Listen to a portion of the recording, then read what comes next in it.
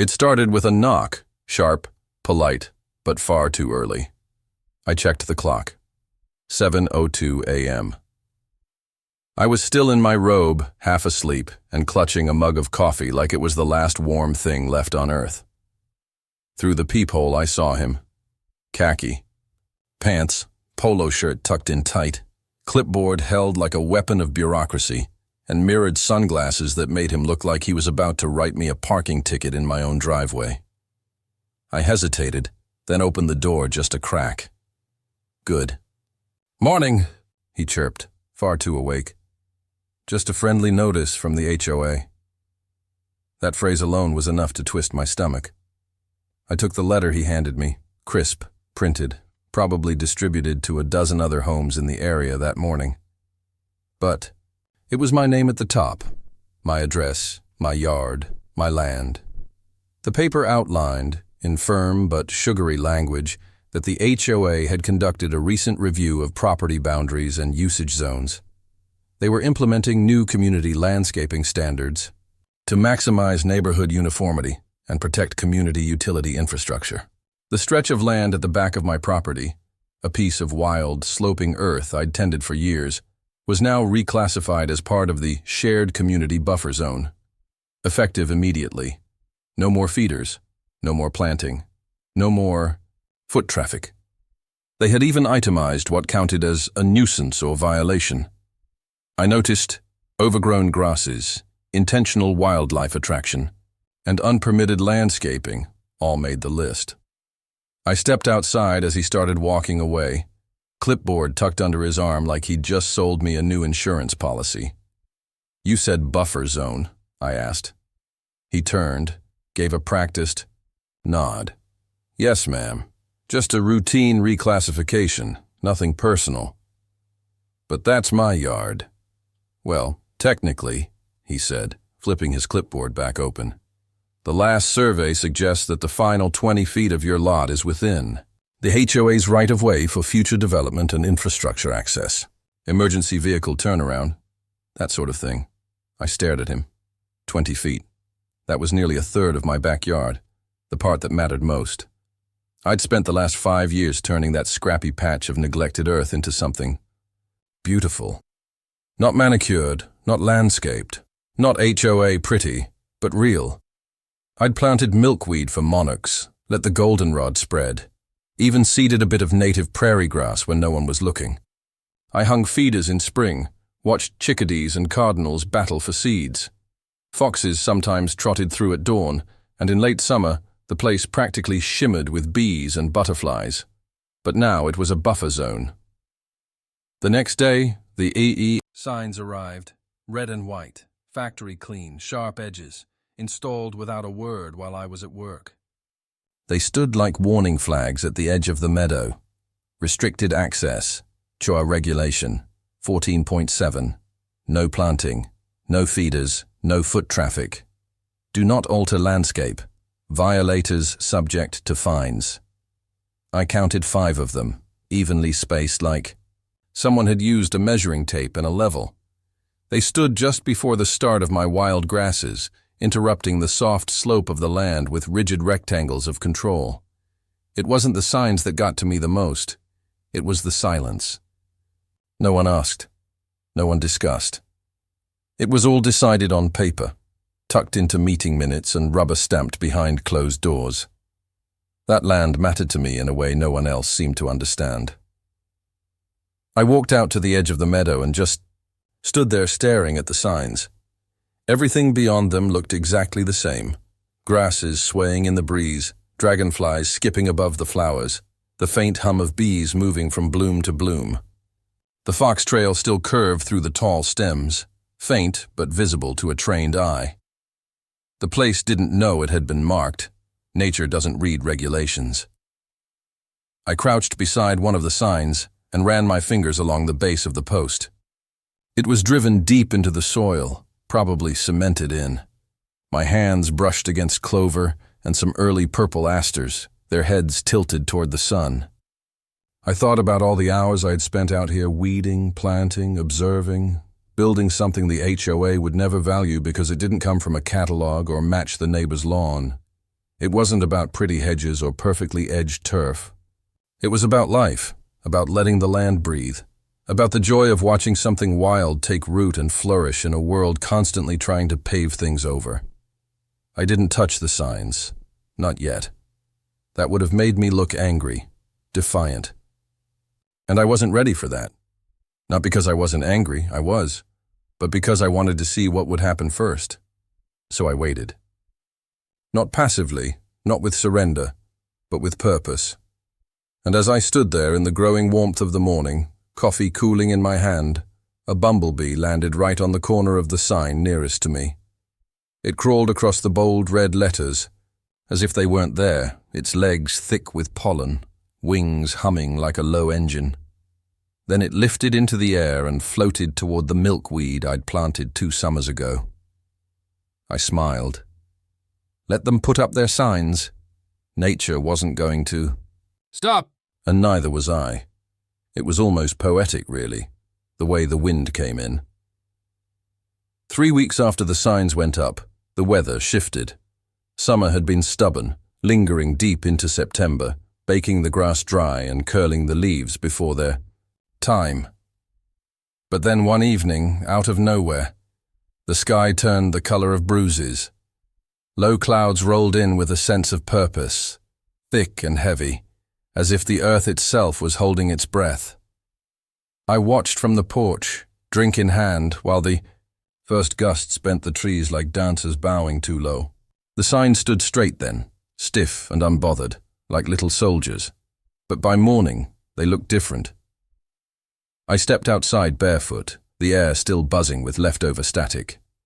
Branches were strewn across the yard. One of the lawn chairs had flipped over, and the flower pots on the front step had lost most of their soil. But my attention went straight to the back, to the edge of the meadow, the so-called buffer zone. The first sign had been bent backward, its metal post slightly tilted, the red and white plate twisted, as if a large hand had tried to tear it free. Another one lay face down in the mud, a jagged edge where the screws had sheared right off. The others were still upright, but their bases were wobbly, like they'd been punched. Nature had said something last night. It hadn't whispered. It had shouted. I didn't laugh exactly, but I did smile. Not because I enjoy destruction, but because it felt like justice, like balance, like something ancient and right reclaiming what it had never truly surrendered. I didn't fix the signs. I didn't report the damage. I didn't even mention it in the neighborhood Facebook group where someone was always complaining about recycling, bins or pet noise. I just left them, let them sit in the mud like forgotten artifacts from a short-lived campaign. I watched as the rain washed over them, as ants marched across the reflective plastic, as rust began to bloom at the corners like brown-red flowers. That afternoon, a hawk landed on the third sign. It was huge, wings wide as my arms, with a sharpness to it that didn't belong in suburban spaces. But there it was, perched like royalty. Its talons gripped the edge of the metal, and its head turned slowly until its eyes locked on mine. We stared at each other for what felt like minutes. It didn't flinch. It didn't fly off. It was a moment of recognition, as if the bird knew exactly what that sign was and was claiming it anyway. It left a scratch on the sign's surface when it launched into the air. I never buffed it out. Within days, the wild things began to return, not in swarms or anything dramatic, but little by little, the life that had seemed to retreat when the signs appeared began to push its way back. I spotted deer nibbling along the tall grass again, just at twilight, their ears twitching but their movements calm. Rabbits left tracks through the soil near my compost pile. One afternoon, I heard the rustle of something big in the brush, probably a fox, maybe a coyote, but I didn't investigate. I just let it be. The bees were louder too, bolder. They didn't care about metal signs or printed regulations. They moved from bloom to bloom, golden and buzzing and perfect. The milkweed pods had begun to split, releasing their white, silky threads into the wind. I stood one morning and watched the seeds float like tiny parachutes, carried over fences, past the invisible lines drawn by the HOA's landscape committee. There was one morning I won't forget. I had gone out early, still in my pajamas, cradling a mug of black coffee. The sun was just pushing through the fog, turning everything silver. I walked down to the edge of the buffer zone, to where one of the signs still leaned awkwardly, the text almost unreadable beneath a smudge of dirt and spiderwebs. I sat in the grass beside it, not even thinking about the wet. And I watched. Birds flitted between the tall stems. Ants marched across my boot. A single butterfly landed on a bent goldenrod stalk and unfolded its wings, patterned like stained glass. That was the moment I realized the land wasn't waiting for permission to heal. It had already started, without fanfare, without resistance. The signs hadn't stopped anything. If anything, they'd inspired the land to push back harder, as if insulted by the suggestion that it could be ordered into stillness. A few days later, I saw a kid from down the street riding his bike past my driveway. He slowed as he passed, eyes on the back meadow. I waved. He waved back, then pointed. "You have foxes," he shouted. "Sometimes," I said. "That's awesome." It was such a small moment, but it hit me. The kids noticed.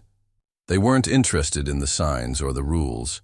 They were watching the animals, the wildflowers, the little miracles that happened when no one was looking.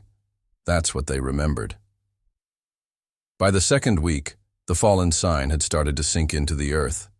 Rain had softened the ground around it. Grass was growing up around its edges. From a distance, you might not have even seen it at all. I left it there on purpose.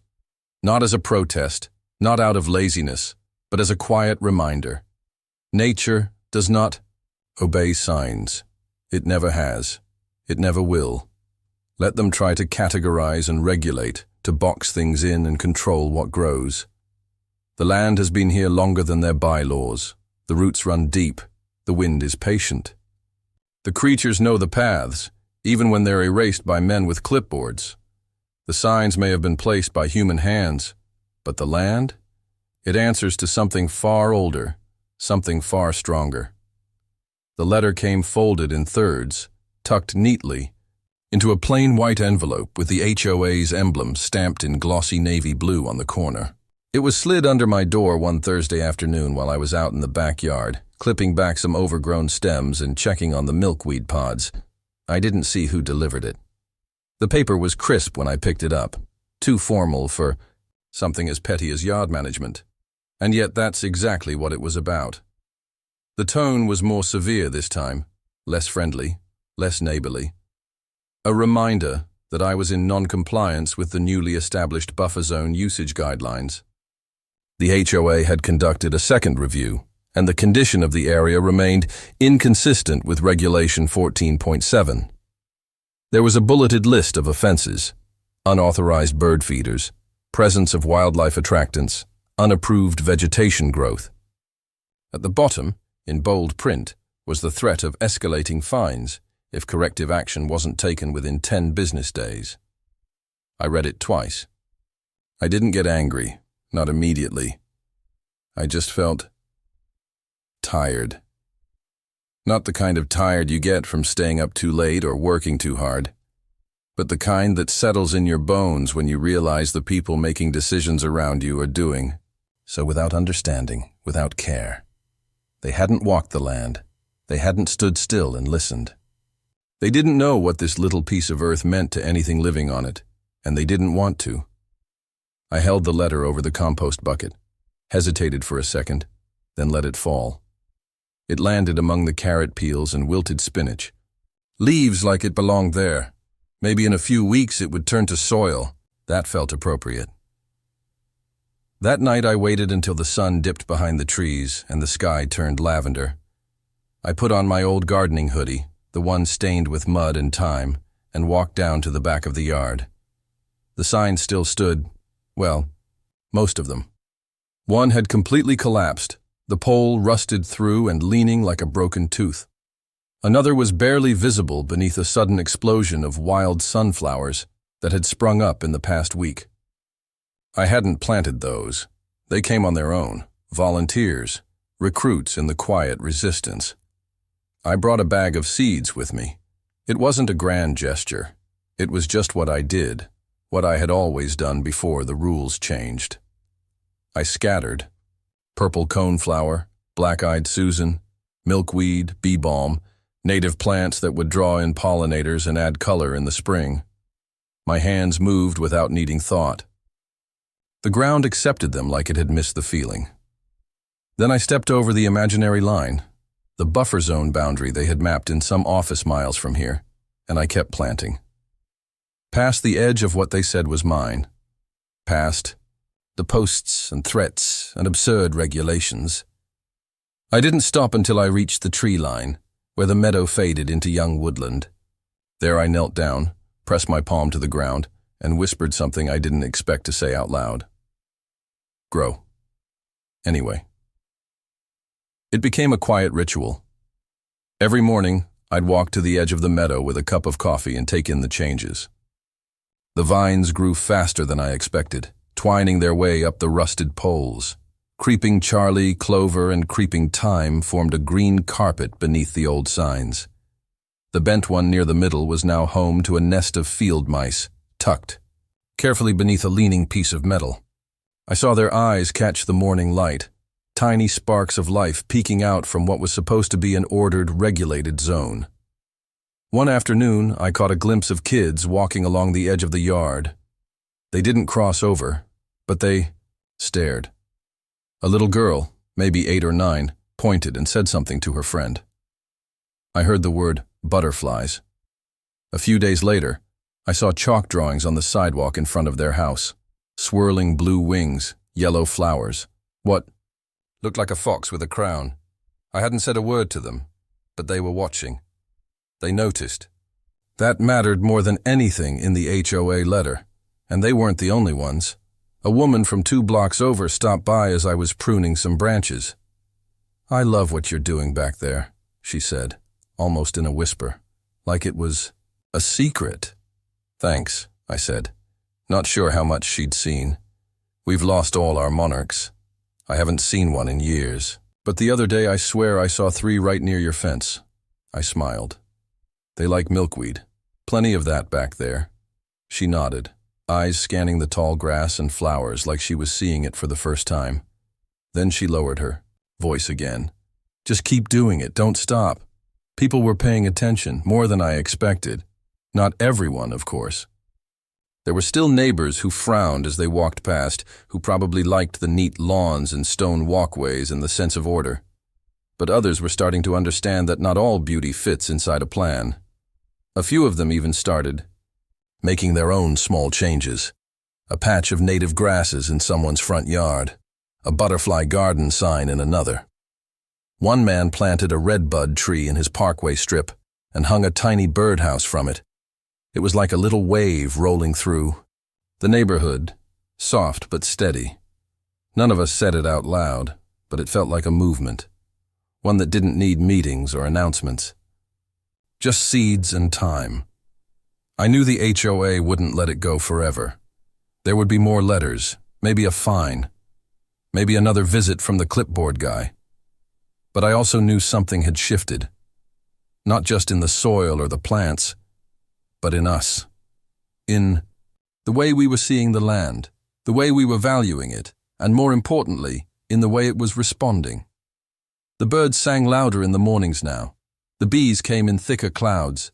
Even the soil smelled richer, darker, alive. The buffer zone, this cold, bureaucratic term, had become something vibrant, buzzing with energy and defiance and life. It wasn't mine alone anymore. It belonged to everything that lived there, to everyone who noticed. And no sign, no matter how shiny or red or threatening, could change that.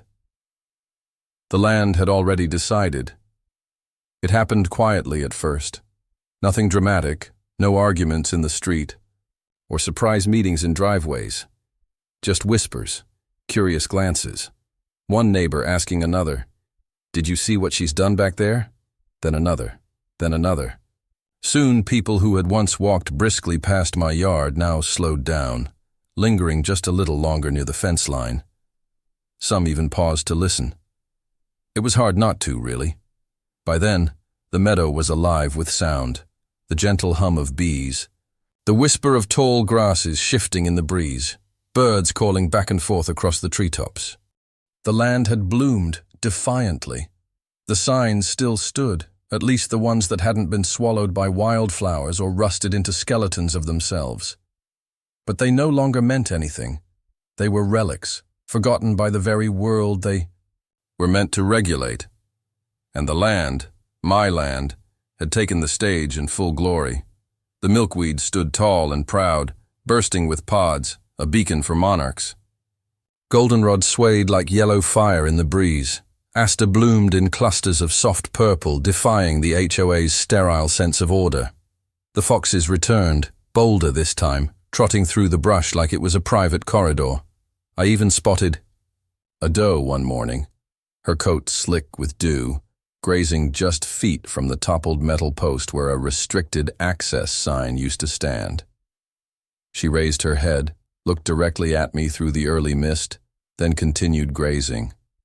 No fear, no hesitation, just belonging. The birds multiplied, warblers, finches, even the occasional owl at dusk.